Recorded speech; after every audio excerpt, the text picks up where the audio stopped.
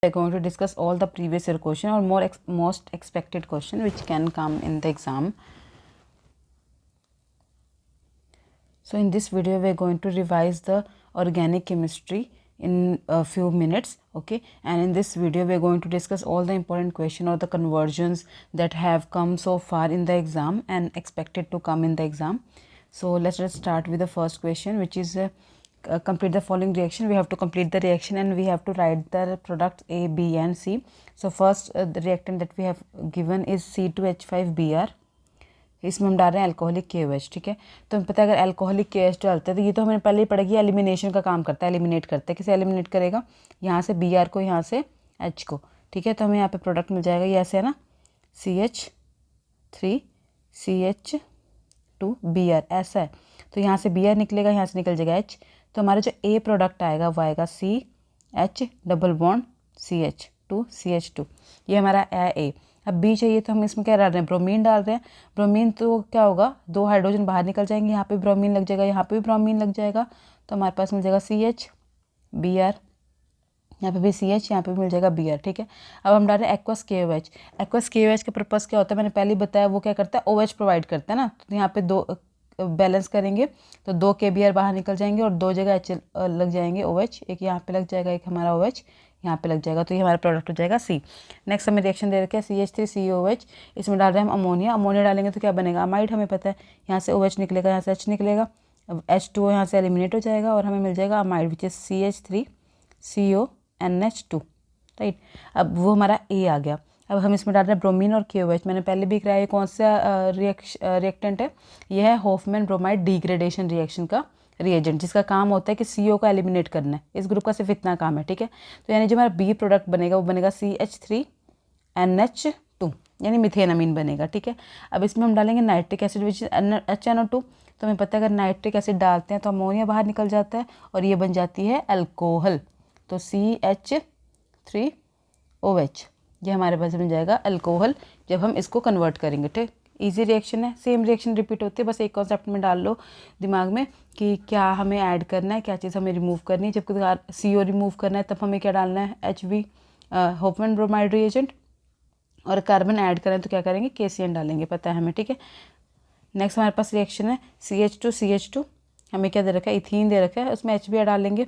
कौन सा रूल लगेगा? मार्कोनिकॉफ रूल लगेगा। तो मार्कोनिकॉफ रूल में जो हमारा एक पे जाएगा H, एक पे जाएगा हमारा Br, तो ये कुछ ऐसा बन जाएगा CH3CH2Br, ये मेरा रिएक्टेंट हो गया है। अब KOH डालेंगे। अभी KOH का पर्पस क्या होता है कि KBr वो बाहर निकालेगा और यहाँ पे क्या लग जाएगा? OH।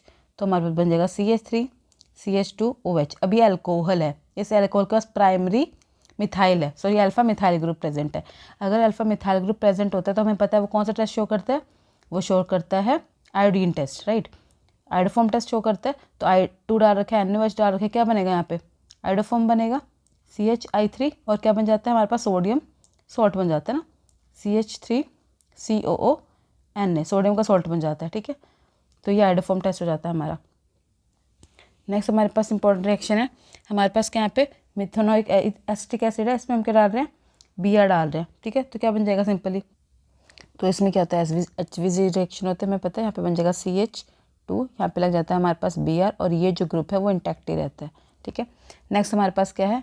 एनिलीन है, उसमें हम क्या डाल रहे हैं? एसिटिक एनहाइड्राइड डाल रहे हैं, ठीक है। तो रिएक्शन बहुत ईजी है ये भी। हमारे पास ये बेंजीन है, इसके ऊपर NH2 लगा है यानी एनिलीन है, और जो एसिटिक एनहाइड्राइड ग्रुप है वो यहाँ पे जुड़ जाएगा, CH3CO CH3 आ जाएगा यहाँ पे, COCH3, ठीक है। इजी रिएक्शन थी। नेक्स्ट हमें I2 जब भी दे रखा हो, NaOH दे रखा हो, याद रखो कौन सा टेस्ट है? Iodoform test. आइडोफॉर्म टेस्ट में क्या होता है? CH3I3 बनता है, ठीक है, और एक बनता है सोडियम का सॉल्ट। इनका बनेगा सोडियम का सॉल्ट, तो CH3COONA बनता है, ठीक है, आइडोफॉर्म रिएक्शन में। नेक्स्ट हमारे पास ये बेंजाल्डिहाइड है और ये हमारे पास कौन सा? सॉरी, ये बेंजाल्डिहाइड है और ये इथेनॉल है हमारे पास, है ना। तो इन दोनों को एक्ट करेंगे द प्रेजेंस ऑफ NaOH, तो कौन सी रिएक्शन लगेगी यहाँ पे? एल्डोल कंडेंसेशन लगेगी, क्रॉस एल्डोल लगेगी, ठीक है। तो वो रिएक्शन लगा लेना, ये सॉल्व हो जाएगा। नेक्स्ट हमारे पास बेंजाल्डिहाइड है, उसमें हमने नाइट्रिक एसिड डाल रखा है ना, ये हमें पता है नाइट्रेशन का रिएक्शन होती है ना। तो नाइट्रेशन में नाइट्रो ग्रुप कहाँ लगता है? नाइट्रो ग्रुप लगता है हमारा यहाँ पे, ठीक है। तो ये रिएक्शन कंप्लीट होगी। नेक्स्ट हमारे पास है इथाइल मैग्नीशियम क्लोराइड 2 प्रोपेन 1 ओल, ठीक है। ठीक है। तो जो हमारे पास काम होता है ग्रिग्नार्ड रिएजेंट का वो भी होता है कार्बन को इंक्रीज करता है। ठीक है। तो हमारे पास एक रिएक्टेंट ये है, हमारे पास ये है इथाइल मैग्नीशियम क्लोराइड। इथाइल मतलब C2H5MgCl। ठीक है। दूसरा हम ले लेंगे, आप कोई भी ले लो, एक कार्बन, मतलब एक कार्बन चाहिए तो कुछ भी ले लो, HCHO ले लेते हैं, HC डबल बॉन्ड OH ले लेते हैं, मिथेनॉल ले लिया हमने। ठीक है। अब क्या होगा देखो, हमें पता है ये इलेक्ट्रॉन यहाँ पे ट्रांसफर होता है, ऑक्सीजन पे आता है नेगेटिव चार्ज, कार्बन पे आ जाता है पॉजिटिव चार्ज, और ये बॉन्ड हमेशा यहाँ से ब्रेक होता है, और ये कहाँ पे जाता है, Mg कहाँ जाता है, O के साथ। ठीक है। तो हमें कुछ ऐसा मिल जाता है C2H5CH2OMgBr ऐसा कुछ बन जाएगा। हमें पता है अब जो बॉन्ड हम इसमें क्या डालते हैं, वाटर डालते हैं, H2O in the presence of acid, तो बॉन्ड यहाँ से ब्रेक होता है, यहाँ पे OH लगता है और MgOHBr बाहर निकल जाता है, तो हमें मिलता है C2H5CH2OH। ठीक है।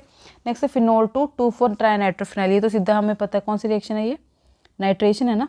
फिनोल हमारे पास OH होता है, क्या डालेंगे इसमें, HNO2 in the presence of H2SO4, क्या लग जाएगा 2,4,6 नाइट्रोफिनोल। यहाँ पे OH है, यहाँ पे भी NO2 लग गया, यहाँ पे भी NO2 लग गया, और यहाँ पे क्या लग जाएगा NO2।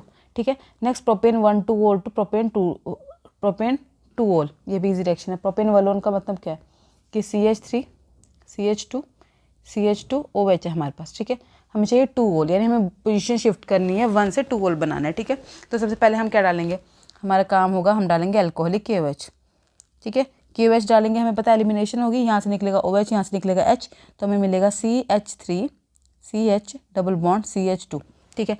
अब हम क्या करते हैं, अब हम डालेंगे इसमें H2 डाल देते हैं दोबारा, या KOH डाल देते हैं। ठीक है। अब KOH डालेंगे तो क्या होगा देखो, क्योंकि हमने यहाँ पे परऑक्साइड नहीं डाला है, परऑक्साइड नहीं डाला तो कौन सा रूल लगेगा यहाँ पे, हमें पता है मार्कोनिकॉव रूल लगता है ना, मार्कोनिकॉव रूल। उस रूट के अकॉर्डिंग जो हमारा नेगेटिव पार्ट है, यानी K पॉजिटिव होगा और OH नेगेटिव होगा, तो नेगेटिव पार्ट उस कार्बन के पास जाता है जहाँ पे कम हाइड्रोजन है, तो कम हाइड्रोजन कहाँ पे, इस पे है।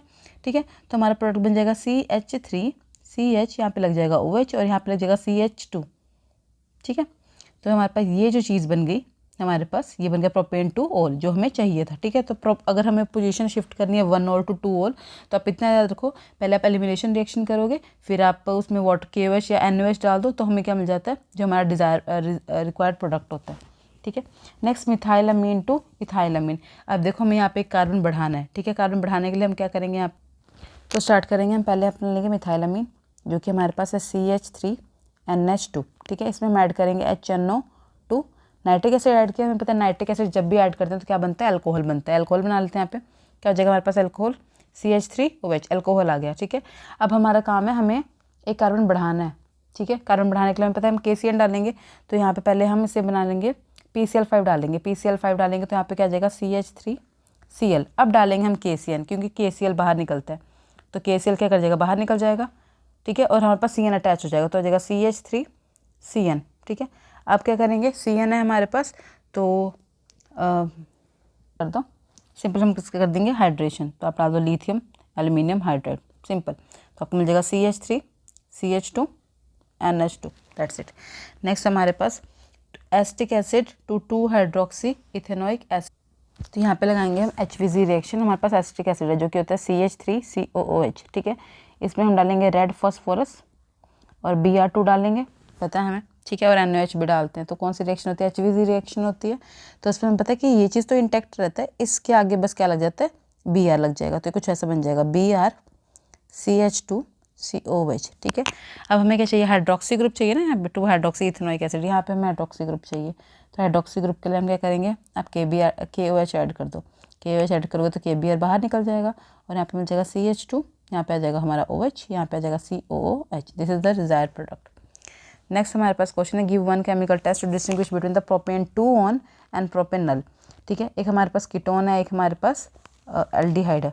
ठीक है। तो एल्डिहाइड और कीटोन को हम कैसे डिफरेंशिएट करते हैं पता है, तो इन क्वेश्चन आप सिंपल देखो कि जो हमारा प्रोपेनोन है, ठीक है, प्रोपेनॉल है, सॉरी, प्रोपेनॉल में अगर हम ऐड करेंगे टॉलेंस रिएजेंट, अगर नहीं टॉलेंस रिएजेंट याद आ रहा है, रिएक्शन में है, नहीं आ रहा तो कोई बात नहीं, बस ना याद रखो, सिल्वर मिरर बनता है, सिल्वर मिरर। ठीक है। लेकिन वही अगर मैं प्रोपेन टू ऑन में डालूं, कौन सा रिएजेंट, टॉलेंस रिएजेंट, तो यहाँ पे नो रिएक्शन। ठीक है। क्योंकि हमें पता है कीटोन जो है वो टॉलेंस रिएजेंट का टेस्ट शो नहीं करता और एल्डिहाइड शो करता है। ठीक है। तो वी कैन डिफरेंशिएट। नेक्स्ट हमारे पास फिनोल है और बेंजोइक एसिड है, ठीक है। इनमें कौन सी, तो इसको हम सॉल्व करते हैं डीकार्बोक्सिलेशन रिएक्शन से, ठीक है, सोडियम का सॉल्ट बन जाता है। अगर हमारे पास बेंजोइक एसिड है, ठीक है, COOH है, अगर हम उसमें ऐड करेंगे सोडियम बाइकार्बोनेट NaHCO3 तो हमें मिल जाएगा सोडियम का सॉल्ट यहाँ पे, ठीक है, यहाँ पे मिल जाएगा COONA। जबकि अगर मैं फिनॉल में ऐड करूँ ना सोडियम हाइड्रोजन कार्बोनेट अगर मैं ऐड करूँगी तो मुझे यहाँ पे मिलते हैं नो रिएक्शन। तो इंपॉर्टेंट टेस्ट है डिफ्रेंशिएट करने के लिए, सेम तरह क्वेश्चन रिपीट होंगे। नेक्स्ट हमारे पास मिथाइलामीन एंड डाईमिथाइलामीन। अब मिथाइलामीन प्राइमरी अमीन है, डाईमिथाइलामीन सेकेंडरी अमीन है। तो हमें पता है प्राइमरी अमीन जब रिएक्ट करता है हिंजनबर्ग रिएजेंट के साथ अगर क्या करता है वो रिएक्ट करता है तो जो प्रोडक्ट बनाता है, जो इसका प्रोडक्ट होता है प्रोडक्ट, वो सॉल्युबल होता है एल्कली में। यही आपको लिखना है, सॉल्युबल इन एल्कली। आप चाहो तो कार्बाइलमाइन रिएक्शन भी दे सकते हो, बट आई प्रेफर कि आप हिंजनबर्ग रिएजेंट लिखो। जबकि जब मैं सेकेंडरी अमीन में हिंजनबर्ग रिएजेंट को ऐड करूँगी, जो कि होता है मेरा C6H5SOCl2, अगर मैं उसको ऐड करूँगी तो मुझे जो प्रोडक्ट मिलेगा वो इनसॉल्युबल होगा एल्कली में, ठीक है। तो वो डिफ्रेंशिएट कर देगा प्राइमरी और सेकेंडरी अमीन को। नेक्स्ट है एस्टोफिनोन या बेंजाल्डिहाइड।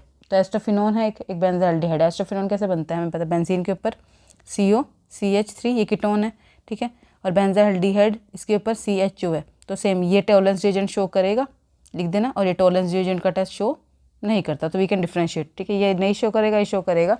तो ये क्योंकि बेंजाल्डिहाइड जो है वो टॉलरेंस रिएजेंट शो करता है टेस्ट, तो ये कौन सा मिनरल बनाता है, सिल्वर मिनरल बनाता है ना। Ag के प्रेसिपिटेट बनते हैं यहाँ पे, जबकि इसके केस में कोई रिएक्शन नहीं होती। नेक्स्ट हमारे पास एनिलीन एंड इथाइलामीन। अब इथाइलामीन है हमारे पास, एक हमारे पास एनिलीन है। एनिलीन जो है एक तरह का सेकेंडरी अमीन होता है और इथाइलामीन हमारे पास प्राइमरी अमीन होता है, ठीक है। तो अगर मैं हिंजनबर्ग रिएजेंट डालूँ तो ये जो प्रोडक्ट बनाएगा वो सॉल्युबल होगा एल्कली में, ये जो प्रोडक्ट बनाएगा वो सॉल्युबल नहीं होगा एल्कली में, तो हम उसे डिफ्रेंशिएट कर सकते हैं, ठीक है। नेक्स्ट हमारे पास इंपॉर्टेंट क्वेश्चन है, what are the product of hydrolysis of DNA, ठीक है। मैं DNA का हाइड्रोलिसिस करूँ तो मुझे कौन से प्रोडक्ट मिलेंगे, तो बस इतना याद रखो कि जब DNA का हम हाइड्रोलिसिस करते हैं तो हमें मिलता है एक फॉस्फोरिक एसिड, एक मिलता है डीऑक्सीराइबोज और एक बनता है नाइट्रोजन कंटेनिंग बेस, ठीक है। इंपॉर्टेंट क्वेश्चन आया हुआ है, याद रखना है। नेक्स्ट क्वेश्चन है why alcohols are less basic than phenol, ठीक है। बेसिक नहीं, यहाँ पे एसिडिक आएगा, गलती से लिख दिया, एसिडिक देन फिनॉल, ठीक है। अब ऐसा क्यों होता है, देखो ऐसा इसलिए होता है कि phenol is more acidic then alcohol because the phenoxide ion is more stable then the alkoxide ion. यानी जो फिनॉक्साइड आयन बनता है हमारा, ये बनता है O नेगेटिव फिनॉक्साइड आयन। इसमें जो ऑक्सीजन के ऊपर नेगेटिव चार्ज है वो रोटेट करता है, यहाँ पे भी हमें पता है ऑर्थो पैराडाइरेक्टिंग होता है, तो यहाँ पे भी आता है, यहाँ पे भी आता है, यहाँ पे भी नेगेटिव चार्ज आता है। तो जो नेगेटिव चार्ज है वो क्या होता है, डीलोकलाइज होता है पूरी बेंजीन रिंग के ऊपर, ठीक है। इस डीलोकलाइजेशन की वजह से जो फिनॉक्साइड आयन है वो ज़्यादा स्टेबल होता है कंपेयर टू एल्कोक्साइड आयन। जबकि एल्कोक्साइड आयन में जो कॉन्जुगेट बेस बनेगा, हमारा कॉन्जुगेट बेस बनेगा वो कौन सा होता है, एल्कोक्साइड आयन में होता है, यानी RO नेगेटिव, ये बनता है हमारा कॉन्जुगेट बेस, ठीक है। ये लेस रिएक्टिव होता है, इसलिए ये प्रेफर नहीं होता कि ये बने, क्योंकि फिनॉक्साइड आयन जो है वो ज़्यादा स्टेबल है, तो इसलिए हमारे पास जो फिनॉल है वो बहुत ईजिली हाइड्रोजन को लूज कर देता है और फिनॉक्साइड आयन बनाता है, ठीक है। This stability is due to the resonance which is delocalization of negative charge on phenoxide ion, अभी बताया, ठीक है। Phenoxide ion when the phenol loses hydrogen it forms phenoxide ion, the negative charge in the phenoxide ion is delocalize over the benzene ring which make it more stable. तो वो same चीज़ मैंने बोला कि benzene ring है उसके ऊपर negative charge है, तो वो नेगेटिव चार्ज पूरी बेंजीन रिंग के ऊपर रोटेट करता है, तो स्ट्रक्चर जो है वो ज़्यादा स्टेबल होता है। जबकि एल्कोक्साइड में सिर्फ हमारे पास नेगेटिव चार्ज जो है वो ऑक्सीजन के ऊपर रहता है, जिसकी वजह से स्ट्रक्चर अनस्टेबल रहता है। नेक्स्ट इंपॉर्टेंट क्वेश्चन जो पूछा जाता है वो है अमीन से पूछा जाता है, ठीक है। वैसे इतना याद रखना कि जो एनिलीन है ना वो कम लेस बेसिक होता है। एनिलीन हमारे पास क्या है, बेंजीन के ऊपर NH2, ये हमेशा लेस बेसिक है कंपेयर टू अगर मैं बोलूँ CH3NH2 से, ठीक है। अब ऐसा क्यों होता है, ऐसा इसलिए होता है क्योंकि यहाँ पे जो नाइट्रोजन है उसको इलेक्ट्रॉन, ये सारे इलेक्ट्रॉन डोनेटिंग ग्रुप है ना, तो नाइट्रोजन के ऊपर इलेक्ट्रॉन की डेंसिटी बढ़ जाती है, क्योंकि इलेक्ट्रॉन की डेंसिटी बढ़ जाएगी तो वो इलेक्ट्रॉन को डोनेट नहीं करेगा, ठीक है। जबकि यहाँ पे, ठीक है, और नाइट्रोजन का जो चार्ज है वो बेंजीन रिंग के ऊपर डीलोकलाइज भी होता रहता है, उसकी वजह से जो एमोनिया एनिलीन है सॉरी वो अपने इलेक्ट्रॉन पेयर को डोनेट नहीं करता, क्योंकि वो डिस्ट्रीब्यूशन होता रहता है उसका। जबकि अगर मैं बात करूँ CH3NH2 के केस में, इसके केस में जो हमारे पास कार्बन है वो इलेक्ट्रॉन डोनेटिंग नेचर का होता है, तो कार्बन जो है वो इलेक्ट्रॉन की डेंसिटी बढ़ा देता है नाइट्रोजन के ऊपर। तो नाइट्रोजन के पास पहले भी लोन पेयर ऑफ इलेक्ट्रॉन है ना, फिर दोबारा लोन पेयर ऑफ इलेक्ट्रॉन आ गए, जिसकी वजह से इलेक्ट्रॉन डेंसिटी बढ़ जाती है और वो अपने इलेक्ट्रॉन को ईजिली डोनेट कर देता है।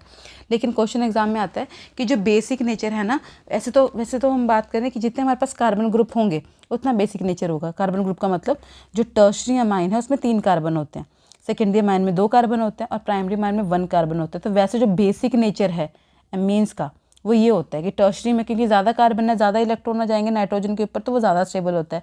सेकेंडरी में 2 कार्बन डोनेट करते हैं तो थोड़ा सा लेस स्टेबल होता है, लेस बेसिक होता है, और प्राइमरी तो और कम बेसिक होता है, ठीक है। लेकिन यही जो नेचर है वो इन case of aqueous solution nature change हो जाता है। क्यों चेंज हो जाता है? क्योंकि हमारे पास 2 चीज़ें आ जाती है, एक तो स्टेरिक हिंड्रेंस आ जाती है, स्टेरिक हिंड्रेंस क्योंकि वाटर मॉलिक्यूल भी है हमारे पास, ठीक है। और दूसरा हमारे पास जो बहुत सारे कार्बन एटम्स हैं, ठीक है, जो वाटर हैं वो भी आपस में, वाटर के मॉलिक्यूल भी आपस में इंटरेक्ट करते हैं, जिसकी वजह से जो स्टेबिलिटी है वो डिक्रीज हो जाती है। क्योंकि अगर हम एक्वा सोल्यूशन की बात करें तो एक्वा सोल्यूशन में 1 degree is more stable than 2 degree than 3 degree, ये एक्वा सोल्यूशन का है, ठीक है। लेकिन हम नॉर्मल एमीन्स में बात करते हैं, एमीन्स में बेसिक नेचर होता है टर्शरी, सेकेंडरी एंड प्राइमरी, ठीक है। अब इन दोनों में अगर हम कंपेयर करें, ठीक है, तो यहाँ पे देखो टर्शरी बहुत ज़्यादा है, यहाँ पे टर्शरी बहुत कम है, यहाँ पे प्राइमरी बहुत ज़्यादा कम है, तो यहाँ पे प्राइमरी बहुत ज़्यादा है। लेकिन दोनों को बैलेंस करने के लिए हमारे पास सेकेंडरी होता है, तो सेकेंडरी जो है वो ज़्यादा बेसिक होता है compare to primary and tertiary in case of aqueous solution, ठीक है। तो आंसर देखते हैं क्या लिखा है इसका।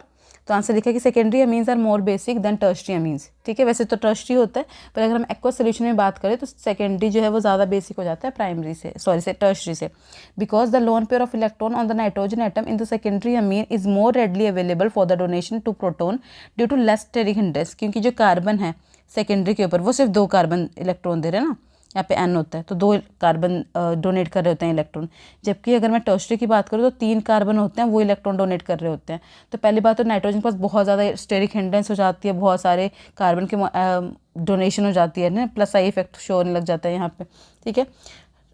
Less steric hindrance and better solvation compare to, तो मैंने आपको बताया था कि प्राइमरी की सॉल्वेशन ज़्यादा होती है और टर्शरी की सॉल्वेशन कम होती है। कंपेयर करें तो सेकेंडरी की सॉल्वेशन इन दोनों के बीच में लाई करती है, तो better solvation compare to the tertiary amine where the bulky alkyl group hinders access of lone pair, ठीक है। अब steric hindrance in tertiary amine the alkyl group are attach to the nitrogen atom create steric hindrance making it difficult for the proton to approach, क्योंकि बहुत सारे molecule जो है वो cover कर लेते हैं नाइट्रोजन को, तो नाइट्रोजन अपने इलेक्ट्रॉन्स को डोनेट कर भी नहीं पाता, ठीक है। इसलिए हमारे पास जो प्रोटॉन को एक्सेप्ट करना, जो वाटर मॉलिक्यूल एक्सेप्ट करेगा प्रोटॉन को, नाइट्रोजन देगा और वाटर मॉलिक्यूल के ऑक्सीजन एक्सेप्ट करेंगे, तो वो एक्सेप्टेशन मुश्किल हो जाती है, ठीक है। Secondary amine can form more hydrogen bond with water molecule compare to the hydrogen bond present in a tertiary, ठीक है। इसलिए हमारे पास जो सेकेंडरी अमीन है वो बहुत ज़्यादा बेसिक नेचर शो करते हैं compare to primary and secondary tertiary, sorry, ठीक है। इंपॉर्टेंट है, बहुत इंपॉर्टेंट क्वेश्चन है, जनरली आता है। नेक्स्ट हमारे पास है इंपॉर्टेंट रिएक्शन ऑफ ग्लूकोज, तो ग्लूकोज की भी 6 रिएक्शंस है जो कि बहुत इंपॉर्टेंट है, जो पूछ जाती है एग्जाम में। पहले हमारे पास अगर मैं ग्लूकोज में, ये मेरा ग्लूकोज है, CHO OH 4 CH2OH, अगर मैं ब्रोमीन वाटर डालूंगी तो मुझे सिर्फ यहाँ पे एक एसिटिक एसिड COH मिल जाता है, एसिड मिल जाता है, ठीक है, मिथेनोइक एसिड। बाकी मेरे पास ये चीज़ सेम रहती है, तो इस पूरी चीज़ का नाम है ग्लूकोनोइक एसिड। जबकि सेम अगर मैं सेम ग्लूकोज में अगर मैं डाल दूँ अपने पास HNO3, Br2 डालूंगी तो एक जगह COH लगेगा, लेकिन वही अगर मैं HNO3 डालूंगी तो दोनों कार्बन पे, पहले पे भी और लास्ट पे भी, दोनों जगह क्या हो जाएगा, COH और COH लग जाएगा। ये सैकरिक एसिड है हमारे पास, और वो हमारे पास कौन सा एसिड है, ग्लूकोनोइक एसिड है, याद रखना। सेकंड है, अगर मैं अपने ग्लूकोज में डालूंगी एसिटिक एनहाइड्राइड, तो कुछ ऊपर वाला कार्बन सेम रहेगा, ये वाले 2 कार्बन है वो एसिटिक एनहाइड्राइड में चेंज हो जाएंगे, तो CHO C डबल बॉन्ड और CH3, यानी ये वाला ग्रुप जो है वो यहाँ पे ऐसे अटैच हो जाएगा यहाँ, ठीक है। सिर्फ इतना करना है, O ग्रुप तो था ही CHO, बस ये हाइड्रोजन हटके ये ग्रुप लग जाता है ऊपर भी और यहाँ पे भी, ठीक है। नेक्स्ट अगर मैं डालूँ बेंजामीन डालूंगी तो क्या होगा, मेरे पास यहाँ से बॉन्ड ब्रेक होगा, CHO था, O की जगह यहाँ पे यही चीज़ लग जाती है, ठीक है, NH2 C6H5, ये चीज़ यहाँ पे जुड़ जाती है और ये हमारा प्रोडक्ट बन जाता है। अगर मैं एसिड डालूंगी तो साइनोहाइड्रीन बनेगा, तो यहाँ पर CH है, यहाँ पे CN आ गया, यहाँ पे OH आ गया, साइनोहाइड्रीन कहते हैं इसको, साइनोहाइड्रीन, ठीक है, CHOH और CH2OH। अगर मैं डाल लूँ ऑक्साइम वाली रिएक्शन भी आई है, तो अगर मैं ग्लूकोज में ऑक्साइम डालती हूँ तो मुझे यहाँ पे ये मिलता है CH, यहाँ पे NOH लग जाता है, बाकी चीज़ें सेम रहती हैं, ठीक है। HI डालूंगी तो एनहेक्सेन बनता है, इंपॉर्टेंट रिएक्शन है।